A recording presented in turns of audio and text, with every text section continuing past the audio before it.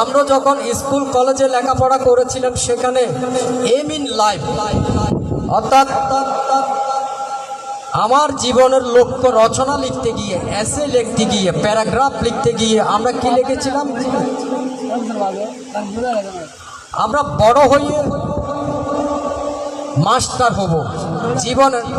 জীবনের লক্ষ্যের মধ্যে লিখেছিলাম, আমরা রচনার মধ্যে লিখেছিলাম, প্যারাগ্রাফের মধ্যে লিখেছিলাম। ছোটবেলা স্কুল কলেজে যখন পড়েছিলাম,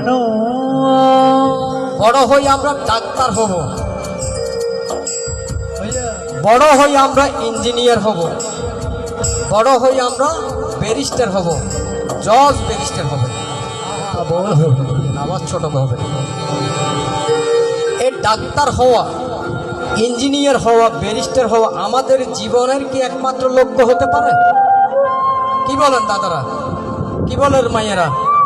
ওই ডাক্তার হওয়া, ব্যারিস্টার হওয়া, ইঞ্জিনিয়ার হওয়া এটি কি আমাদের জীবনের একমাত্র লক্ষ্য হতে পারে?